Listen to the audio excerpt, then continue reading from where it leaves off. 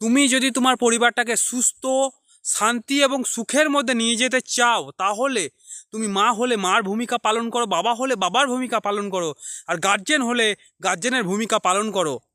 প্রত্যেক ব্যক্তির একটা কর্তব্য আছে, যদি পালন করতে পারে দায়িত্ব নিয়ে, তাহলে সেই পরিবারটা সুখ, শান্তি এবং স্বর্গের মতো লাগে। পরিবারের মধ্যে ভুলভ্রান্তি অবশ্যই হবে, সেটা তর্কের মাধ্যমে বা ঝগড়া করে কোনো দিন সমাধান হয় না। হিংসার আগুনকে বাড়িয়ে তোলে। সমাধানের একটাই রাস্তা, ভুল হলে শান্তভাবে বুঝিয়ে বলা।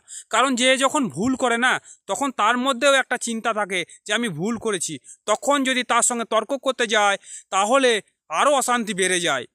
পরিবারের এক একজন ব্যক্তি মানে নিজেরই অংশ ভেবে কাজ করা। তাই পরিবারের মধ্যে সুখ এবং শান্তি বজায় রাখতে হলে কথা বলে, আলোচনা করে সমাধান করা যায়। নমস্কার, আমি ভৈরব।